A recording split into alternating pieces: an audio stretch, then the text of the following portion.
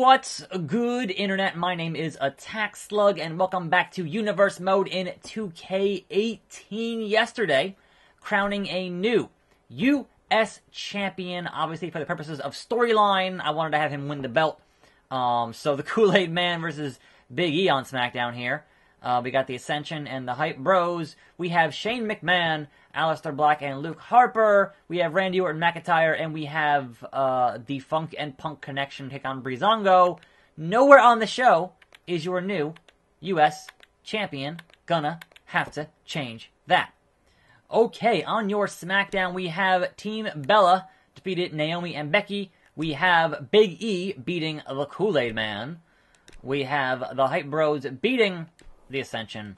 We have Luke Harper winning that match in that triple threat match. And now it is James Ellsworth and Chad Gable. Here he comes, your new U.S. champion, the Big Hog, James Ellsworth. And I have bumped down the difficulty too hard. I think that with an overall of 72, playing on Legend is a bit too much. And otherwise, I'm just going to lose every single freaking match. So perhaps I can get a little bit more of a fighting chance with these two hands on hard. We'll see. We'll see how it goes. Anyway, I welcome you to a fine, what's today? Tuesday? Tuesday! Raw happened last night, and there is some news here and there. First and foremost, your daily Jason Jordan neck update of the day, because there's another one, and that is his wife posting on Instagram. I'm assuming that's real. His wife posting, oh, it's a minor neck injury. I never heard of a minor neck injury. If your neck's messed up, that's always a major thing. It's your freaking neck. So, I guess, apparently he's going to be back soon because he has a minor neck thing. And, I mean, he's still on TV, just not actually wrestling because of that neck thing. So, I don't know. I'm sure tomorrow, something different. There's been a thing like every day the past couple days where it's like, Jason Jordan's neck. I don't know. Ready, willing, and hogified. Chad Gable. Shoosh. Anyway, we have another small thing in this Corey Graves, Booker T thing where Graves was kind of posting some stuff on Twitter, which to me still seems like a work, but I don't know. Like, I look at it two ways, right? If it's legit and it's real, wouldn't WWE fire Booker T for threatening a fellow coworker? And number two, Booker T is supposed to be running for mayor of Houston. And I know in the current political climate, you could totally just do all kinds of whatever and still get elected, clearly. But it wouldn't be good for him to be doing this kind of stuff and then still trying to run for the mayor of Houston. I would imagine. Look at Kane. Kane's not doing anything terrible. He's Kane. And he's running for the mayor of Knox County, Tennessee, supposedly. He is now off TV to hopefully run for his campaign, which I think that's like in August. So he better get cracking on that campaign, Mr. Kane, Mr. Glenn Jacobs. Anyway, we had Raw last night, and things happened. We have more qualifiers, 1916, for the Elimination Chamber for the men's side. And obviously, as I said, Roman Reigns qualifying, because it's Roman Reigns. Come on, you knew he was going to be in it. You know he's going to win the freaking thing, because Roman, make him look strong with a arm drag. Whoa! So, other than that, we have a thing where Nia Jax is fighting Asuka at the Chamber, and if Nia wins, she gets put into the title match at WrestleMania. Now, we don't know who, we don't know who Alexa's facing, or even if Alexa will make it out of the Chamber match, as the champion. But one would imagine that this means that if Nia wins, it becomes a triple threat match against the champion and Nia and somebody else. Like, that, I'm not super clear on how it's all going to work out, but whatever. It's just, they'll book how they want to book, and we'll see how it goes when we get there. I hit our trigger. Come on now. I hit that right trigger. That's some hogwash and some hornswoggle. Anyway, The Miz is now in the chamber. So, good for him. He's the IC champ. He's not going to win. That's, like, he's a good hand to have. He's a good guy to have, you know, to make any match, you know, better. But, as the IC champ going into the chamber, he's not going to win that match. That would be ridiculous. To go on to Mania to fight Brock? No. No! And then your main event was a triple threat match. Alabama Slammer.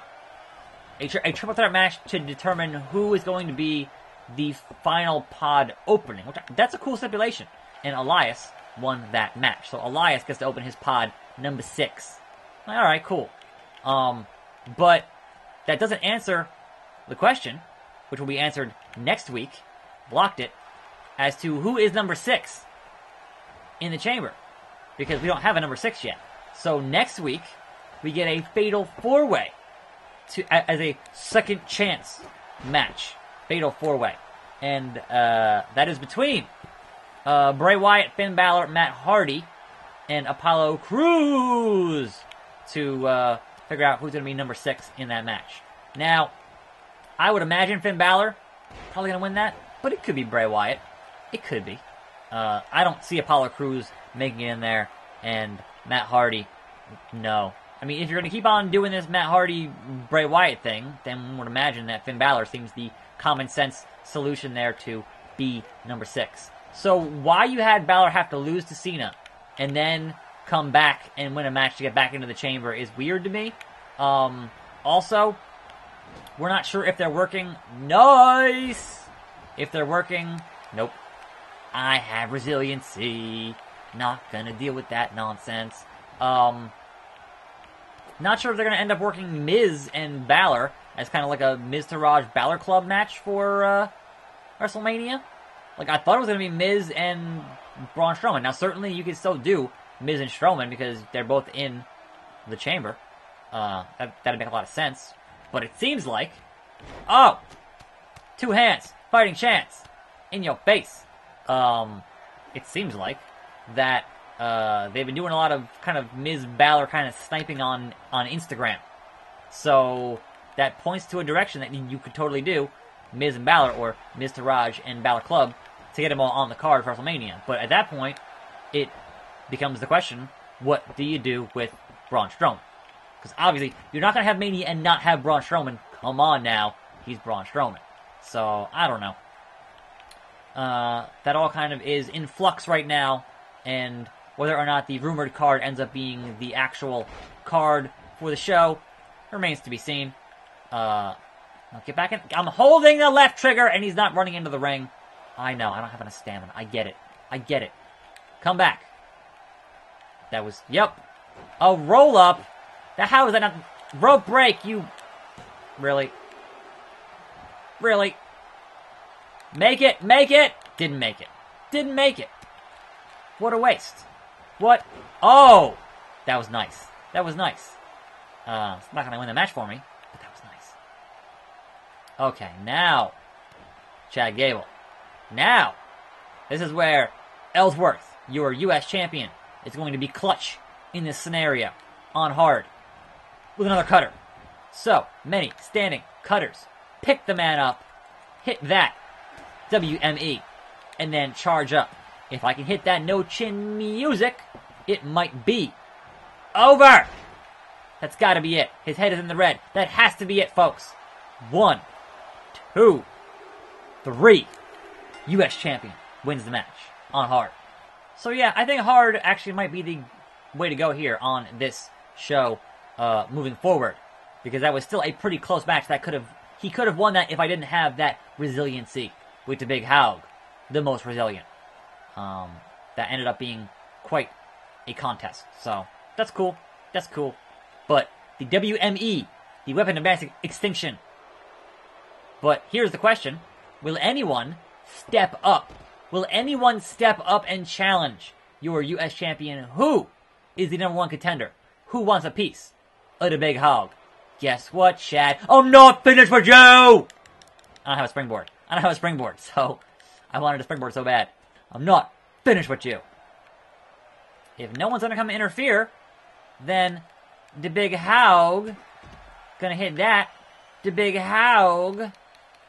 Gonna grab, and hit that no chin music. Oh, and then pass out. He's exhausted. He's exhausted. That's great. That's what's up.